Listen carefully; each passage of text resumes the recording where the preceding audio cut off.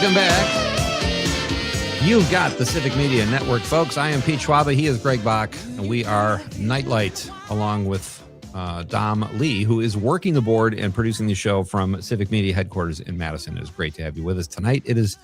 Tonight is Nite Lite Movie Club, folks. It's Thursday night. That means in hour number 2, we will be discussing tonight's film, Goodfellas, and we hope you will join us and be part of the conversation. You can share your favorite characters, phrases, scenes, actors, whatever. Be part of the conversation. That is in hour number 2. Pardon me. Our question of the night is, in the spirit of Goodfellas, if you were in the mob, what would your gangster nickname be? Let us know at 855-752-4842, 855-75-Civic. You can also text us on the app or the stream. Right now, it is my pleasure to welcome our first guest of the night. He is the executive director of Friends of the Boundary Waters Wilderness. Chris Knopf joins us tonight on Nite Lite. Welcome, Chris. How are you? I am doing well. Thank you so much, Pete. Great to be here. Thanks, Greg. Thanks. Great to have you. Let's just start out, tell us what you do, what Friends of the Boundary Waters Wilderness does. Give us some background on the organization and maybe how you ended up there. Sure. We're a nonprofit organization that is dedicated to protecting the Boundary Waters canoe area, wilderness area in northeast Minnesota. And for folks that haven't been up there, this is 1 million acres of wilderness of over 1,000 lakes. And you, for fun, you carry the canoe on your shoulders from lake to lake on portage trails. It is so beautiful, so relaxing. It's an amazing place. And what we do as a nonprofit, we're actually celebrating our 50th anniversary. We were founded on May 7th, 1976 at a diner called Toby's Diner in Hinckley, Minnesota. Oh, wow. Off of Interstate 35. And we're actually bringing some of our founders back next week on May 7th to have a breakfast. So it's in Hinckley, Minnesota on May 7th at 10:30. It's a free breakfast open to anyone. You can get whatever carbs or sugar or fat, your cinnamon buns to do that. But you had me at free. Yes, not calorie free, not heart attack free, but it'll be free to attend. And so we were founded by ordinary people that just loved going to the Boundary Waters, paddling these beautiful lakes where you can literally drink out of the lakes. You can still drink out of the lakes without having to treat it. Right in the middle lake, go and drink it. Catch walleye and smallmouth bass and have it for lunch or dinner. It is that kind of a place where you connect with yourself, connect with your friends, connect with your family by doing these outdoor experiences. So you camp overnight and you go from campsite to campsite. So there are, again, 1,000 lakes up there to explore. It is just an amazing place. And so we were founded in 1976 to put into place protections that kept it a wilderness area. So you wouldn't have logging in the wilderness, that you wouldn't have on some lakes you have motors, but on most of the lakes you don't have motors. So it's kind of a motorless area where you go from canoe by canoe and not so much motorboats. And ever since then, we have met every challenge to the wilderness in the ensuing 50 years. And right now we've been leading the fight to protect this beautiful wilderness area from the threat of copper nickel sulfide mining. So there's a proposed mine at the very edge of this wilderness area that would put sulfuric acid into the water, and all these lakes are interconnected. And so the sulfuric acid would go in among all the lakes there and really destroy the wilderness area as we know it. When we talk about whether it's Minnesota or Canada, Michigan, Wisconsin, one thing that we're all known for is not only our great, beautiful lands, but the huge dedication to conservation. Wisconsin, home of Earth Day and all that wonderful. This is something that I can imagine, Chris, that you're hearing from people that is not popular, and that does not mean folks voted for one specific person. People who hunt and fish and vote one way are the same people as people who hunt and fish and vote another way. I'm sure you're hearing from folks that this is not popular and people are nervous about the possibility of mining these beautiful areas, correct? Absolutely. We have heard in the last 3 weeks here, literally from hundreds and hundreds of thousands of people, probably millions at this point around the country, saying that hey, we love the boundary waters and we want to protect it. This is not about wearing a blue uniform or a red uniform. This is about core kind of Midwestern values of hunting, fishing, and connecting with family and friends around a campfire after a long day of paddling. And so what's proposed is that it's a Chilean mining company called Antofagasta that wants to dig this mine right at the edge. And so what happened, it was just signed earlier this week by the president. It would open up these 225,000 acres of public lands, our lands, adjacent to the boundary waters to this type of mining. And so this is on federal land, public lands. And it would take, they still have to go through permitting, but right now it allows for this to possibly happen. And so we've been fighting this for literally 2 decades, and the battle will continue. But that's the threat that's out there. Chris, can you explain why the type of mining they're doing or they want to do is so dangerous and so much worse than iron ore mining? The dangers of copper and nickel to the waters?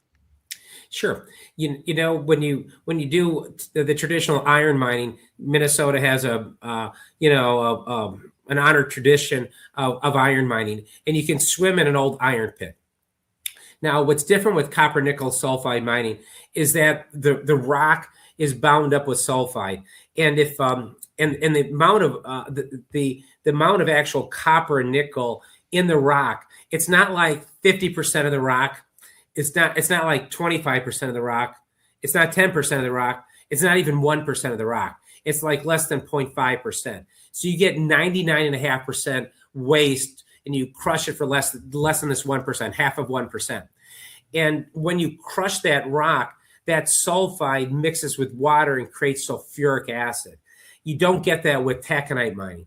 And so that's how it's different. So, okay, what happens when you get that sulfuric acid in the water? It takes mercury that's in the soil and otherwise inert and puts it in the water. It's called methylmercury.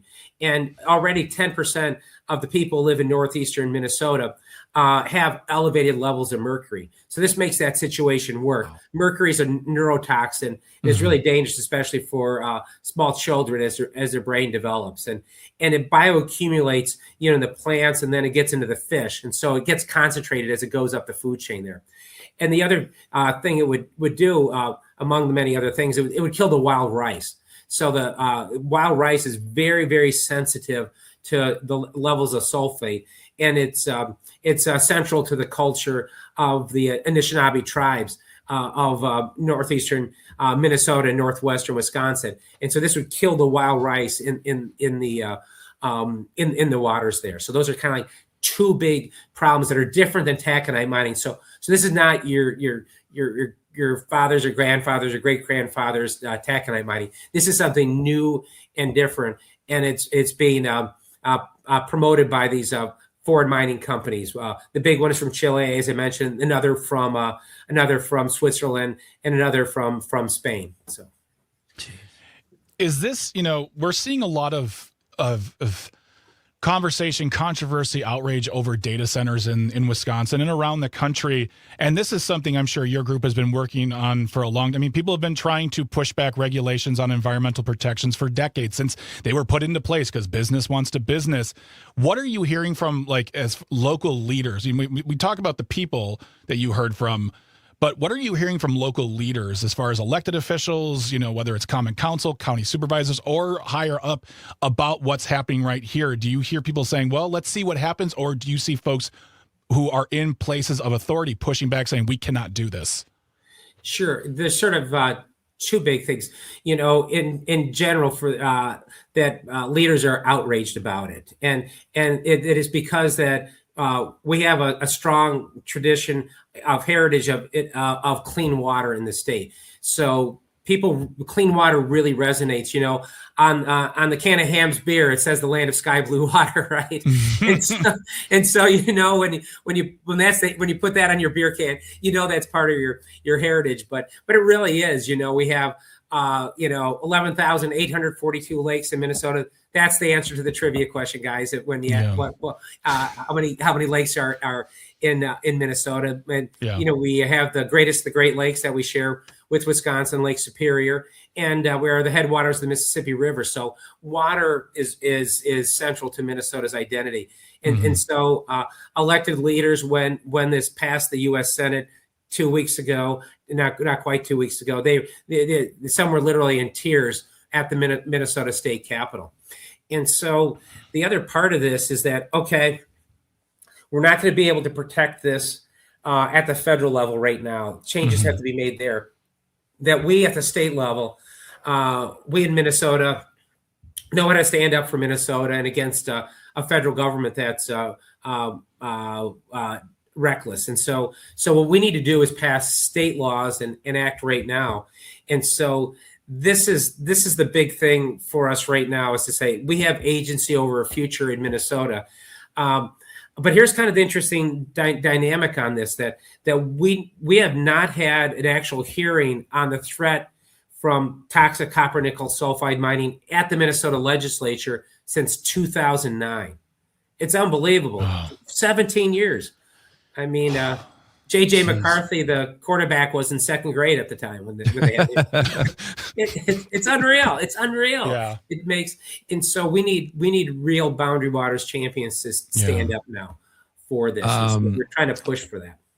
Our guest is Executive Director of Friends of the Boundary Waters Wilderness. Chris Knopf has joined us over the stream and just made a reference to J.J. McCarthy. I have to be honest, Chris, I was not expecting to hear his name during this interview. That goes on the bingo card. I think it's a free space one right there. Boom, there we go. Oh, my goodness. Chris, I'm on the other side of Wisconsin. I live in a little town on the waters of Green Bay. We have a PFAS issue here. And part of the problem, it seems like nobody wants that. But the damage was done before people found out. And it seems like you guys are out in front of this. But is there a coalition like between Upper Michigan, Wisconsin, Minnesota? Because I feel like if people can stop this, most of the people who are informed know about it. That's not the problem. It's the people that might get ticked off 10 years from now. How do you alert everybody that this is clean water and once it's gone, it's gone? Pete, you hit on something that's super important, that what we're doing at Friends of the Boundary Waters is creating a clean water movement. And so we are reaching out to businesses, to other organizations, to faith institutions and individuals, and creating a movement. So this is, we have actually a Friends of the Boundary Waters Clean Water Movement, Clean Water Coalition that meets monthly. We have via Zoom meetings.